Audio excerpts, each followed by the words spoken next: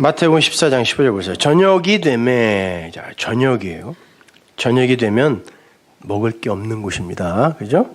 저녁이 되면 제자들이 나와 가로되 이곳은 빈들이요 광야요 에레모스 때도 이미 저물었으니 무리를 보내어 마을에 들어가 먹을 것을 사 먹게 하소서. 먹을 게 없는 거죠? 먹을 게 없는 곳이 광야니까. 예수께서 가라사대 갈 것 없다. 너희가 먹을 것을 주어라. 양식을 주어라 그래요.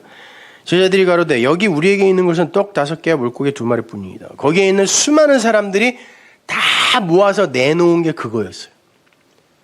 보리떡 5개, 물고기 2마리. 보리떡 5개. 보리떡은 가늠한 여자가 제물로 드리는 거였고, 그래서 짐승밖에 안 먹었어요. 물고기는 난태생의 대표죠. 부정한 것들이에요. 그리고 5과 2은 뭐예요? 계명이죠. 10계명을 하나님이 이렇게 5으로 나눠주죠. 그걸 예수님이 오셔서 하나님 사랑, 이웃 사랑 둘로 주잖아요. 자, 계명, 부정한 것. 계명이 아래의 것으로 그냥 우리에게 주어지면 그건 죄예요. 부정한 것이란 말이에요. 근데 인간들이 광야에서 내놓을 수 있는 거 다 합심해서 내놨더니 그거밖에 없어. 이걸로 배 부르겠다는 거죠. 인간들이 인류의 역사가 크로노스가 내놓을 수 있는 생산물은 그거밖에 없다니까요.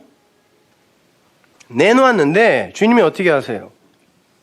그것을 내게 가져와. 그러고 무리를 명하여 잔디 위에 앉히시고 떡 5개와 물고기 2마리를 가지사 하늘을 우러러 축사하시고 떡을 떼어 제자들에게 주시며 제자들이 무리에게 주니 다 배불리 먹고 남은 조각을 12바구니에 차게 거두었다. 축사하셨다. 율로게오가 뭐냐면 좋은, 선한 이런 말이에요. 그리고 로게오가 로고스예요.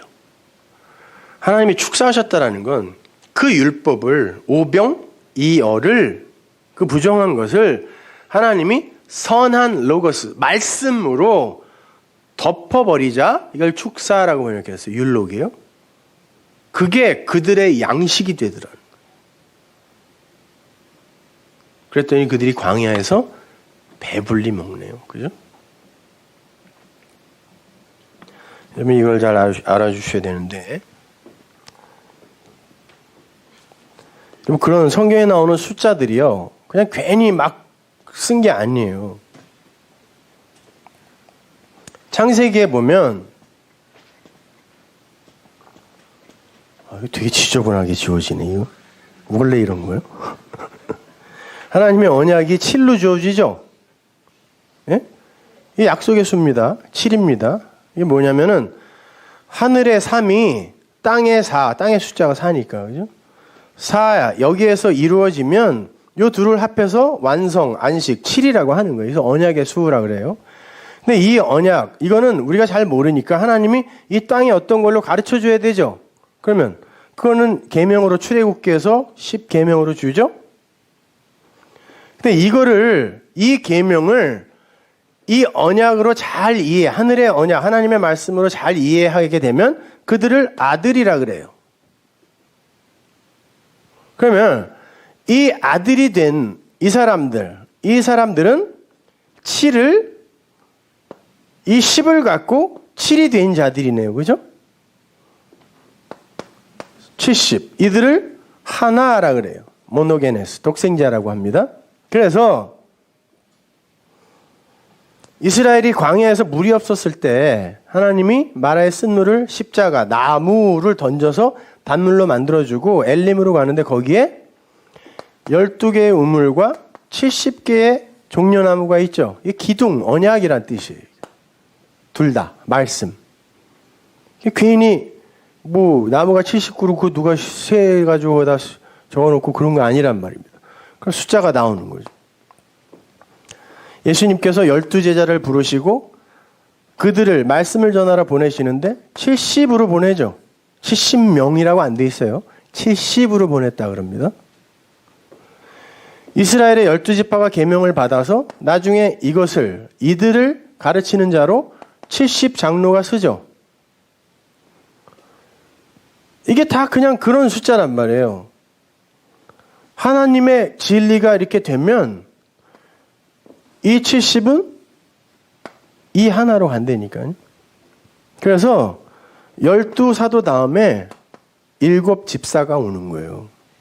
집사라는 디콘이라는 단어 자체가 섬김이라거든요. 이게 섬김은, 성경에 나오는 섬김은 말씀으로 섬기는 것밖에 없어요. 구제, 그런 것들도 다 말씀으로 구제하는 거지. 무슨 돈으로 사람들 양식 사가지고 구제하고 이런 거는 성경에 나오지도 않아요. 그러니까 12이 된 그들은 반드시 말씀으로 섬기는 자가 되어야 된다는 뜻이에요. 그래서 장로가 되면 반드시 집사의 역할을 해야 되는 거예요. 여러분, 교회에서 존 캘빈이 집사, 장로, 목사, 원로 목사, 무슨 총회장 이렇게 만들어 놓은 건 그건 그냥 정치라고 보면 돼요. 그런 거에 묶이지 마세요. 장로가 뭔데 몇 천만 원씩 내고 그거를 받고 권사가 뭔데 그걸 또 몇 백만 원씩, 그것도 가격이 딱딱 정해져 있어. 아니, 면죄부 팔던 종교개혁 이전하고 지금하고 뭐가 달라요? 면죄부는 나쁘다 그러니까 그거만 안 파는 거지 지금. 안 파는 게 또 뭘 안 팔어. 안수기도 막 팔고 그러잖아요. 종교개혁 이전으로 다시 돌아갔다니까요. 근데 무슨 개혁주의예요 이게. 개혁주의 아니지.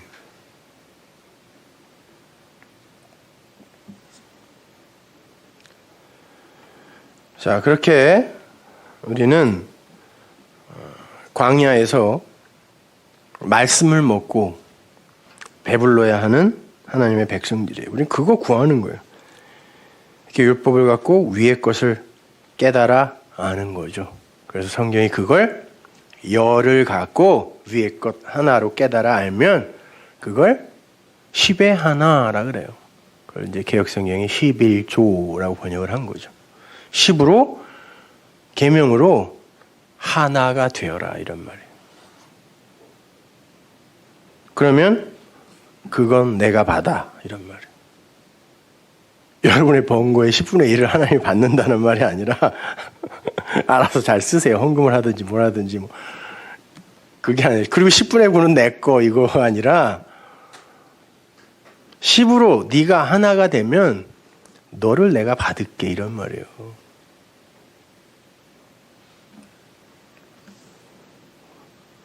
그게 모노게네스잖아요. 하나 가진 자, 마음으로 가진 자, 진리를 가진 자.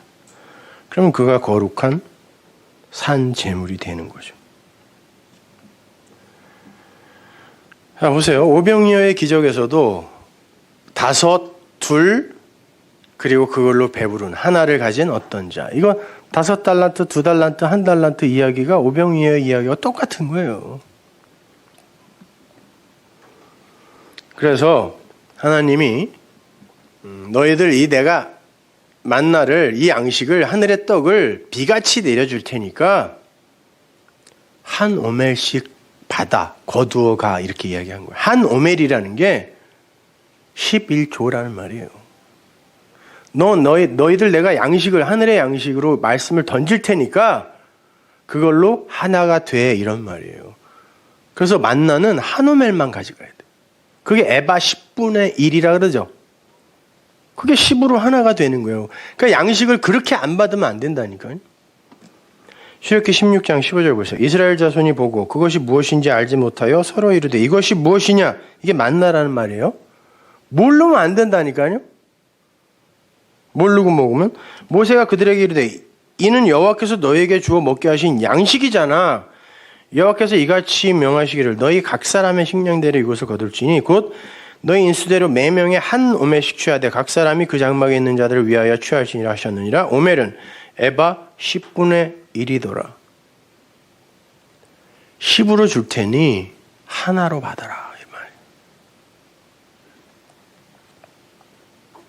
그래서 주님께서도 하늘에서 내려오는 그 떡은 모세가 주는 떡. 모세가 주는 떡이 뭐예요? 율법이란 말이에요. 모세의 떡은 그거 아니지라고 이야기한 거예요. 요한복음 6장 26절.